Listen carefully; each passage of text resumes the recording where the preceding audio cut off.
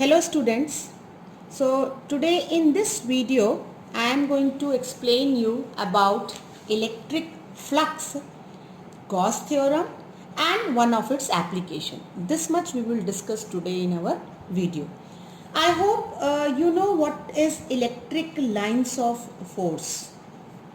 Lines of force क्या होती हैं? Electric lines of force imaginary curve होती हैं, लाइंस होती हैं जो हम ड्रॉ करते हैं सोर्स चार्ज के आजू बाजू जब हम एक टेस्ट चार्ज को मूव करते हैं, है ना। तो जो इमेजनरी को क्लोज्ड कर्व हम ड्रॉ करते हैं उसे हम इलेक्ट्रिक लाइंस ऑफ फोर्स कहते हैं। फ्लक्स, फ्लक्स का मतलब होता है फ्लो। ओके, तो अब इलेक्ट्रिक फ्लक्स का क्या मतलब हुआ? Electric flux through any surface inside the field will be total number of lines of force which is crossing the surface and it should be in a direction normal to the surface. So both the things is important.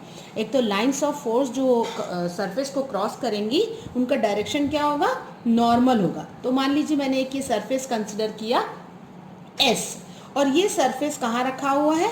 Electric lines of force में रखा है। तो electric lines of force कितनी है? E है। यहाँ पर मैं एक एलिमेंट्री सरफेस अज्यूम कर रही हूँ and that elementary surface is ds. So if this is elementary surface ds, you can see कि electric field E and ds ने आपस में कितना एंगल बनाया है? थीटा एंगल बनाया है। ओके, तो इस सरफेस से नॉर्मली जो भी लाइंस ऑफ फोर्स पास होंगी उसे हम क्या कहेंगे? इलेक्ट्रिक फ्लक्स कहेंगे। तो आप अगर इसका नॉर्मल कंपोनेंट बताना चाहें तो आप इसका नॉर्मल कंपोनेंट क्या बताएंगे? ds वेक्टर का वो होगा कितना? E cos theta. E cos theta इसका कौन सा कंपोनेंट है? नॉर्मल कंपोनेंट है। तो electric flux crossing the area element in the direction along normal to it, that I have to find out. और उसे क्योंकि मैं ds छोटे से सरफेस से पास कर रही हूँ तो फ्लक्स भी कितना होगा? छोटा ही होगा। तो let it be d phi. तो d फाई क्या होगा? En इंटू ds, यानी E डॉट ds या E इंटू ds बोल सकते हैं आप। अब En की वैल्यू मैं जानती हूँ, मुझे नॉर्मल कंपोनेंट लेना है, so I can take E cos theta और साथ में ds मल्टीप्लाई हो गया आपका। ठीक है, अब देखिए एलिमेंट्री सरफेस और आपका यानी सरफेस एलिमेंट जो आपने लिया है वो भी वेक्टर है और फील्ड भी वेक्टर है। दोनों वेक्टर के बीच का जो एंगल थीटा उसका हम कॉस का कंपोनेंट ले रहे हैं। तो डी फाई हो जाएगा हमारा ई डॉट डी एस, ये डॉट प्रोडक्ट है, ई डी एस कॉस थीटा यानी e dot d s. So this is called elementary flux passing through elementary area. अगर मुझे टोटल फ्लक्स फाई चाहिए तो क्या करना पड़ेगा? मुझे ds को डी फाई को इंटीग्रेट करना पड़ेगा, यानी फाई कितना हो जाएगा मेरा? Integration of E d s cos theta, या आप कह सकते हैं e dot d s. Correct. So this is called electric flux, यानी lines of force passing through any area, normally through any area is called electric flux. ये flux निकालने के लिए आपको एक एलिमेंट्री सरफेस कंसिडर करना पड़ता है। सो बहुत ही मैक्सिमम फ्लक्स आप निकाल सकते हैं या बहुत ईजिली फ्लक्स की वैल्यू निकाल सकते हैं अगर ये थीटा हमारा क्या होता? 0 डिग्री होता। इसका मतलब कि इलेक्ट्रिक फील्ड E और अगर ds का डायरेक्शन हम सेम रखें, दोनों एक ही डायरेक्शन में एक्ट कर रहे हो, अगर आप ऐसा कहते हैं कि दोनों एक ही डायरेक्शन में एक्ट कर रहे हैं तो यहाँ आप थीटा क्या बोल सकते हैं? 0 बोल सकते हैं। अगर थीटा 0 है तो cos 0 कितना होगा? 1 हो जाएगा। तो अगर मैं कहूँ कि एलिमेंट्री सरफेस और फील्ड लाइंस आपस में पैरेलल हैं, यानी थीटा 0 है, cos 0 1 है, तो डी फाई क्या हो जाएगा? ई डी एस। और अगर यहाँ से मैं फाई निकालना चाहूँ तो फाई क्या हो जाएगा? Integration of E d S. Field intensity आपकी कांस्टेंट होती है, वो बाहर आ जाएगी, अंदर क्या बचेगा? Integration of D S. तो फाई हो गया आपका ई एस, क्योंकि डी एस का इंटीग्रेशन क्या होगा? एस होगा। इसका मतलब कि electric field into the surface area, surface आपका कुछ भी हो सकता है, it can be spherical, it can be cylindrical, तो आप उस हिसाब से यहाँ पे सरफेस एरिया पुट अप करेंगे और आप निकाल सकते हैं total flux passing through any surface. Correct. अब गॉस की थ्योरम क्या कहती है? So I think electric flux clear होगा आपकी। गॉस की थ्योरम कहती है, what Gauss is saying that electric flux through any closed surface, very important this thing, that surface should be closed. So any closed surface, the electric flux passing through which is enclosing a charge, क्या इसने enclose किया surface ने? Charge. Through any charge, that flux will be 1 upon epsilon naught times the total charge, यानी वहां पे flux कितना होगा? 1 upon epsilon naught times into the charge. ये एप्सिलॉन वर्ड आपके लिए नया नहीं है। एप्सिलॉन होता है permittivity. Permittivity, what do you mean by this permittivity?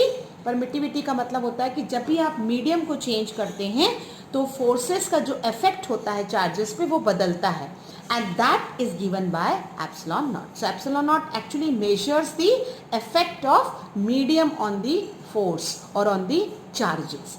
तो गॉस की थ्योरम कहती है कि phi is equal to q upon epsilon naught होता है. अभी मैंने कहा आपको फाई ई एस होता है, तो हम कह सकते हैं कि E s is equal to q upon epsilon naught. अभी आपको मैंने बताया कि फाई क्या होता है, integration of E d s होता है, तो आप कह सकते हैं कि क्लोज इंटीग्रल. क्लोज इंटीग्रल मतलब आपने लाइन इंटीग्रेशन साइन के ऊपर सर्कल बना दिया है, that is E dot d s is equal to q upon epsilon naught. ये भी एक फॉर्म है किसका, गॉस थ्योरम का, कि integration of e dot d s is equal to q upon epsilon naught. तो I hope Gauss theorem clear हुई होगी. गॉस ने कहा है कि जो भी फ्लक्स पास होगा वो Q upon epsilon not times होगा उस पर्टिकुलर सरफेस पर जहां पर field intensity E. So students, now I will start the proof of Gauss theorem. So I said you what the theorem is saying. Theorem is saying that flux is equal to Q upon epsilon naught. This is our theorem which we have to prove. Now let us consider that there is a plus Q charge. Okay, and in the vicinity of this plus Q charge, अगर मैं इसके आजू बाजू जो test charge को घुमाऊं, जो हमेशा test charge मेरा कैसा रहता है, प्लस क्यू नॉट. अगर पॉजिटिव चार्ज घुमाऊं तो लाइंस ऑफ फोर्स इसके चारों ओर कैसी होंगी, आउटवर्ड होंगी, यानी बाहर की तरफ जाएंगी. और जो हमारा गॉसियन सरफेस है वो कैसे शेप का आएगा, स्फेरिकल शेप का आएगा. क्लियर. तो अब मुझे एक स्फीयर मिल गया है जिसका रेडियस आर है. Okay, this is sphere of radius r and this is called closed Gaussian surface.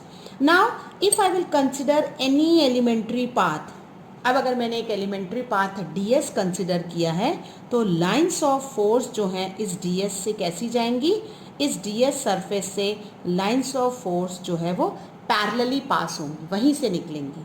तो I can say that lines of force का डायरेक्शन एंड ds का डायरेक्शन एक ही तरफ है. और अगर मैंने इसे रेडियस वेक्टर r कहा है तो आप क्या कह सकते हैं, what is electric field E equal to 1/4π/0 Q by r square into r cap. मैंने आपको ये वेक्टर फॉर्म लिखना लास्ट वीडियो में बताया है, जहाँ पर मैंने वेक्टर आर हम r बाय मॉड r भी ले सकते हैं तो r क्यूब फॉर्म में भी आता है.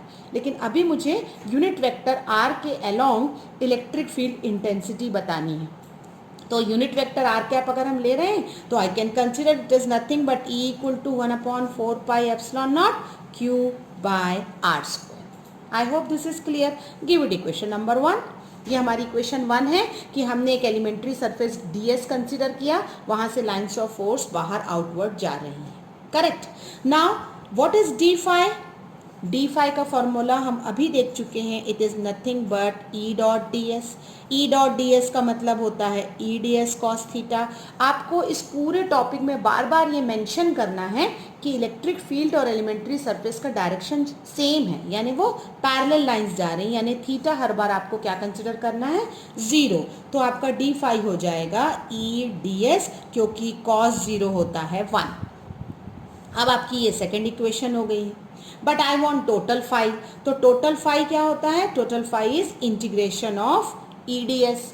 इसमें आप E कांस्टेंट है बाहर ले सकते हैं अंदर क्या बचेगा, integration of ds, that is nothing but es। तो आपको फॉर्मूला मिला फाई इज इक्वल टू, ई का फॉर्मूला हम जानते हैं, क्या है ई का फॉर्मूला इक्वेशन 1 से, it is 1/4πε0 q by r square into s जो होता है हमारा सरफेस एरिया होता है, और हमारा गॉसियन सरफेस का शेप कैसा है, स्फेरिकल है, और स्फेरिकल सरफेस एरिया एस कितना होता है, दैट इज 4πr²। तो आप यहाँ s की जगह लिख सकते हैं 4πr²। आपका 4π कैंसिल हो जाएगा, r² कैंसिल हो जाएगा, and hence your theorem is proved कि phi is equal to q/ε0। I hope it is clear. This was a proof for a symmetrical surface. But आपके पास अगर सिमेट्रिकल सरफेस नहीं है, आर्बिट्रेरी सरफेस होता है, तो भी गॉस की थ्योरम प्रूफ की गई है, लेकिन उस केस में ds cos थीटा लिया जाता है, क्योंकि आर्बिट्रेरी सरफेस से लाइंस ऑफ फोर्स ज़रूरी नहीं है कि पैरेलल जाएं। तो जब ds cos थीटा लिया जाता है तो वहाँ पे हम सॉलिड एंगल का कंसेप्ट यूज़ करते हैं, जिसमें ds cos theta by r² 4π से रिप्लेस हो जाता है, क्योंकि उसकी वैल्यू होती है d ओमेगा की 4π steradian. But that is not in your syllabus, but just to know I have said you कि आप आर्बिट्रेरी सरफेस के लिए भी गॉस थ्योरम को प्रूव कर सकते हैं। अब हम इसका एक पहला एप्लीकेशन देखते हैं, और हमारा फर्स्ट एप्लीकेशन है फॉर लाइन चार्ज। एक तो आपको ये याद रखना है कि आप कर क्या रहे हैं, आप गॉस की थ्योरम यूज़ कर रहे हैं, और गॉस की थ्योरम यूज़ करके आप इलेक्ट्रिक फील्ड निकाल रहे हैं। This is very important. और इलेक्ट्रिक फील्ड निकालने के लिए अब आप डायरेक्ट गॉस का लॉ यूज़ करेंगे। तो जब गॉस का लॉ यूज़ कर रहे हैं तो पहली इक्वेशन तो मेरी वही होनी चाहिए जो गॉस ने कही है, और गॉस ने कहा है क्या, phi equal to q/ε0। Line charge है, मतलब मेरे पास एक चार्ज डिस्ट्रीब्यूशन है जिसमें बहुत सारे पॉजिटिवली चार्ज डिस्ट्रीब्यूटेड है, लेट इट बी xy। तो अगर xy मेरे पास एक infinitely long straight line charge है जहाँ बहुत सारे चार्जेस हैं, तो मुझे ये कंसेप्ट कहाँ से यूज़ करना पड़ेगा, एक और कंसेप्ट यहाँ कि लाइन चार्ज अगर कंटिन्यूसली डिस्ट्रीब्यूटेड हैं तो इसकी लीनियर चार्ज डेंसिटी होगी, और लीनियर चार्ज डेंसिटी हम लेते हैं lambda, that is charge distributed over the length. अगर मैं कैपिटल L लेना चाहूँ तो कैपिटल L ले सकती हूँ, स्मॉल l लेना चाहूँ तो स्मॉल l भी ले सकती हूँ। तो charge per unit length is your charge density lambda. ये बात आपको ध्यान रखनी पड़ेगी, क्योंकि यहाँ से मैं Q क्या कह सकती हूँ, what is Q, Q is lambda into L। Charge की वैल्यू हमको यहाँ से मिल सकती है। अब हमने जब लाइन चार्ज लिया है तो हम सबसे पहले गॉसियन सरफेस ड्रॉ करेंगे, क्योंकि बिना गॉसियन सरफेस के गॉस की थ्योरम अप्लाई नहीं कर सकते हैं। So for that what I will do, I will take the test charge and move nearby। जब हम मूव करते हैं तो लाइन चार्ज जो होता है वो एक सिलेंडर के एक्सिस से पास होता नज़र आता है, मतलब गॉसियन शेप कैसा होता है, सिलेंड्रिकल शेप हो जाता है। और अब इस सिलेंडर की लेंथ जो है वो मैं क्या ले सकती हूँ, L ले सकती हूँ, ठीक है। अब सिलेंडर का शेप आपका गॉसियन का बना है, तो सिलेंडर में 3 फेसेस मेनली होते हैं। एक तो ऊपर होता है सर्कुलर टॉप जो ऊपर के तरफ है, एक नीचे होगा सर्कुलर बॉटम जो नीचे है, और एक जो एक्सिस के अलॉन्ग है यानी ये वाला कर्व्ड पाथ। तो 3 पाथ होते हैं सिलेंडर में। मैं तीनों जगह एलिमेंट्री सरफेस अज्यूम कर सकती हूँ। तो मान लीजिए मैंने एक एलिमेंट्री सरफेस यहाँ अज्यूम किया, एक एलिमेंट्री सरफेस नीचे अज्यूम किया, लेकिन लाइंस ऑफ फोर्स तो सिर्फ यहाँ से जाएंगी, कर्व्ड पाथ से ऐसी जाएंगी लाइंस ऑफ फोर्स, करेक्ट। तो लाइंस ऑफ फोर्स जो हमारी हैं वो कर्व्ड सरफेस से इस डायरेक्शन में पास हो रही हैं। और अगर मैंने यहाँ पे एक एलिमेंट्री सरफेस लिया या नीचे एक एलिमेंट्री सरफेस लिया है, तो हम देख सकते हैं कि ऊपर और नीचे जो हमारा एलिमेंट्री सरफेस है और फील्ड इंटेंसिटी है वो कितना एंगल बना रही है, 90 डिग्री बना रही है। यानी अपर टॉप पे और बॉटम पे दोनों जगह हमारा थीटा 90 है, और हम जानते हैं कि कॉस 90 0 होता है। इसलिए लाइंस ऑफ फोर्स ऊपर से और लाइंस ऑफ नीचे से जो फोर्स जा रही हैं दे आर नॉट कंसिडर्ड। हम जो एलिमेंट्री सरफेस साइड में लेंगे ऑन द कर्व्ड पाथ, वहाँ हम देखेंगे कि हमारा elementary surface ds and E इनका डायरेक्शन सेम है। यानी हमारे पास सिर्फ कर्व्ड सरफेस से लाइन्स ऑफ फोर्स पास होती नजर आएंगी.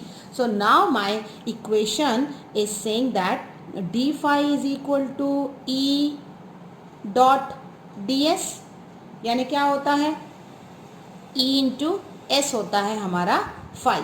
ये बात हम जानते हैं, ठीक है. अगर S हमारा एरिया है और E हमारी फील्ड है तो हमको E कैलकुलेट करना है. अब हम एप्लीकेशन कर रहे हैं, हमको फील्ड निकालनी है, ठीक है, और यूज गॉस की थ्योरम करनी है जो हमारी फर्स्ट इक्वेशन थी. तो फाई हमने कहा E इंटू एस, और सिलेंडर का एरिया कितना होता है 2πr_l. तो मेरी जो पहली इक्वेशन थी वो थी phi is equal to q by epsilon naught. जो दूसरी इक्वेशन है वो phi equal to E into 2πr है. दोनों ही फ्लक्स हैं, ओके. ये गॉस थ्योरम से फ्लक्स है और ये सिलेंडर पे है, तो हम दोनों को इक्वेट कर देंगे और E इंटू 2πrl किसके बराबर हो जाएगा, Q अपॉन एप्सिलॉन नॉट के बराबर हो जाएगा. मुझे निकालना E है तो let it be E here 1 upon 2π epsilon naught और RL यहाँ कर दीजिए Q के साथ. टर्म को थोड़ा रीअरेंज करके लिखिए. That's it. 1 upon 2π epsilon naught Q by RL. अब Q की जगह में क्या लिख सकती थी, in the beginning I told you it is lambda L, linear charge density. तो 1 बाय 2π एप्सिलॉन नॉट, Q की जगह lambda L by RL. L L आपका कैंसिल हो सकता है, लेंथ ऑफ सिलेंडर. तो आपके पास E हो गया 1 upon 2π epsilon naught lambda by R. This is my first formula for electric field intensity due to the line charge. Now again in the part of numerical when comes, हमको 1 upon 4π k is equal to 1 upon 4π epsilon naught is equal to 9 into 10 to the power 9 याद है. तो इस form में लाने के लिए हम यहाँ क्या कर सकते हैं, 2 से मल्टीप्लाई और डिवाइड कर सकते हैं न्यूमरेटर और डिनोमिनेटर दोनों में. तो हमारा फॉर्मूला क्या हो जाएगा, E is equal to, what is our formula, E is equal to 1 upon 4π epsilon naught and 2 lambda by R. ये न्यूमेरिकल में कई बार लैम्डा दिया रहता है और आपको वैल्यू 1 अपॉन 4π एप्सिलॉन नॉट की direct 9 into 10 to power 9 put up करना ईजी रहता है. अदरवाइज आपको 2 into pi 3.14 into epsilon naught 8.85 into 10 power -12 वो पूरी वैल्यू पुटअप करना पड़ेगी और कैलकुलेट करना है. सो यहाँ आप इस फॉर्मूले को न्यूमेरिकल में यूज़ कर सकते हैं. Okay, thank you.